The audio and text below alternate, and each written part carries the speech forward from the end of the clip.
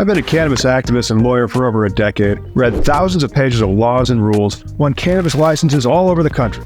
And I wanted to share these 5 things that will help you know more about cannabis legalization than 99% of Americans. And when you share this knowledge with others, it will solve the problem of cannabis legalization taking so effing long.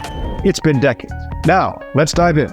First, stigma over science. The slow pace of cannabis legalization can be attributed to societal stigma. Changing public perceptions often takes much longer than just aligning with scientific evidence. As the saying goes, don't let the facts get in the way of a good story. Who are you going to believe, me or your lying eyes? 87 years ago, people believed things about the cannabis plant based on lies and racism, which led directly to the first law in 1937. But when Tim Leary got the law thrown out by the Supreme Court in 1969, every state had already banned marijuana. And by then, commie hippies were using it. So it got banned again in the 1970 Controlled Substances Act. And it stands there today, in Schedule 1, right now. Public opinion, shaped by decades of anti-cannabis rhetoric, has been a significant barrier to widespread acceptance and legalization. And as a result, nothing happened federally for almost 50 years. But then, second, legislative misunderstanding and the 2018 Farm Bill. It basically legalized weed federally. The 2018 Farm Bill legalized hemp, defined as all cannabis, with a delta-9 THC concentration of not more than 0.3% on a dry weight basis. All of it, all cannabinoids, derivatives, salts, extracts, seeds, or isomers. It's a very broad definition of cannabis as hemp, except for delta-9 THC. Why are there so many THC drinks everywhere? Farm Bill, it's less than 0.3% delta-9 THC by dry weight basis. Why can you find vapes in smoke shops, gas stations, and even online? It's Farm Bill compliant delta-8 THC. So everyone that hates cannabis needs to know that it has been over 5 years and nothing's happened. When they say that hemp can't get you high because it doesn't have enough THC, you can explain to them that the plant does not create delta-9 THC in its raw form, but instead mostly produces its non-psychoactive THCA, maybe you've heard of THCA flower, which is considered by some to be hemp, until it is heated by lighting it on fire or baking brownies. This misunderstanding has led to a complex regulatory environment where certain cannabis companies have to play by a completely different set of rules than hemp companies that are selling identical products to those at your local dispensary. There's another farm bill due in 2024 that could completely change the hemp industry yet again. So like, subscribe, and tune in to help get legalization done ASAP. Plus, check out our videos about why THCA is or is not lawful depending on what legal arguments you make. It will make you more knowledgeable than most cannabis lawyers on the subject of hemp legalization.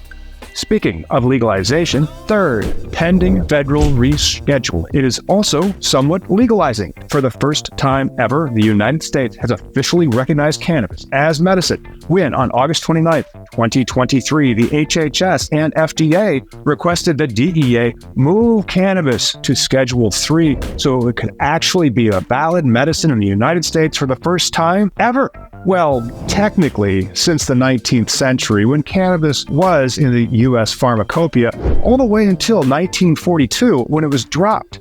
Interestingly, the term marijuana threw doctors and scientists off the scent of cannabis and contributed to its first federal ban back in 1937. At Congress, the AMA testified that doctors never call the cannabis plant marijuana, and this misnomer created confusion in the medical community. But they were ignored. Yet it stayed in the pharmacopoeia until 1942, when the G-Men required it to be dropped, and medical science and cannabis basically halted in this country. Now, after 38 states have legalized some form of medical cannabis in state law, the feds caught up with the super popular, like according to the most recent Gallup poll, 70% of Americans support legalizing cannabis, that popular issue, and recommended rescheduling. This is going to happen this year with lots of really amazing things that will go down in your state with its trigger laws to catch up to the changing federal law. One of the great things about Schedule 3 cannabis is that science can finally start to get done. We anticipate the rule being published soon. You can keep tabs on it at the federalregister.gov. Then you just look for the Drug Enforcement Agency's publication page.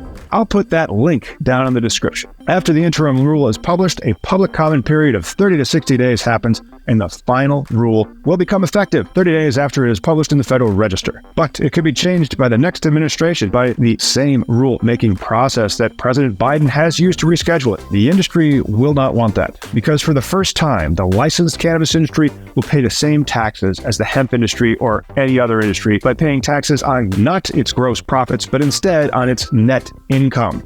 Section 280E of the Internal Revenue Code has made legal cannabis less profitable compared to regular retail businesses. A new world of quasi-federally legal cannabis is coming soon, and you get to see how it all plays out. Fourth, true legalization, meaning adult non-medical use, would still be against international law and therefore federal law, for now at least. That is because the 1961 Single Convention on Narcotics listed cannabis as illegal, a Schedule I drug, which the Controlled Substances Act echoed by putting marijuana into its Schedule I, which means that it is subject to the strictest control measures under the convention.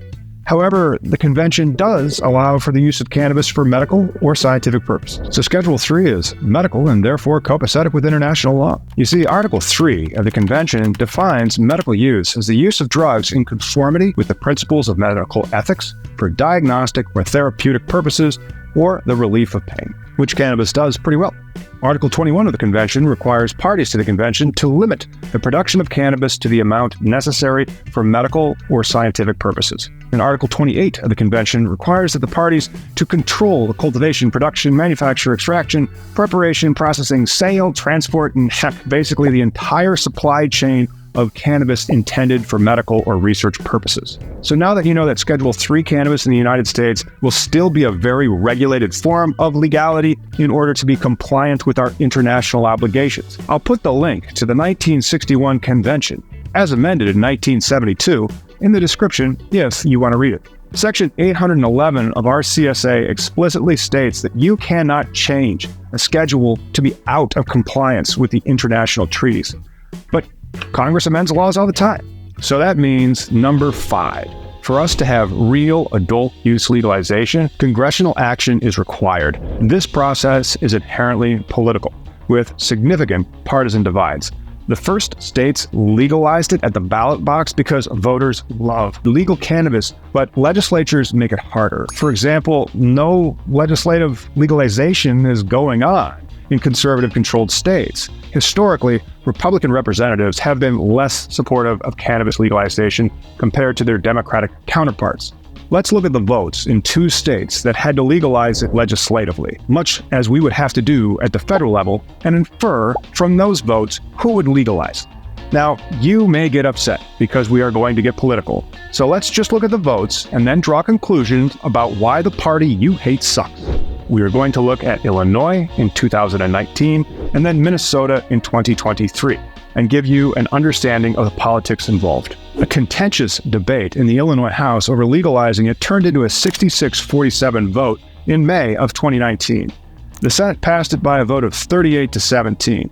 The vote was largely party line, with only 7 Democratic representatives and 2 Democratic senators voting no. A handful of other Democrats in either chamber voted to abstain.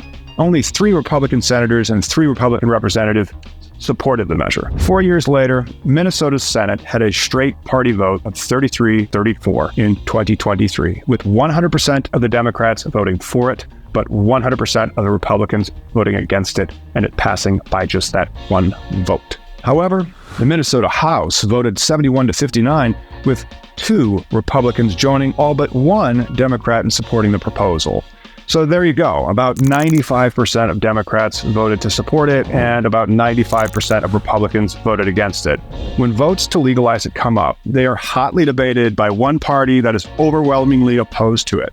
So if you're watching this and a Republican, you may want to call your representatives and remind them that conservatives want to legalize too. Presto! Now you know more about cannabis legalization than 99% of Americans. So go out there and help get it done. And you can start by liking this video, subscribing to our channel, and leaving a comment to help spread the word.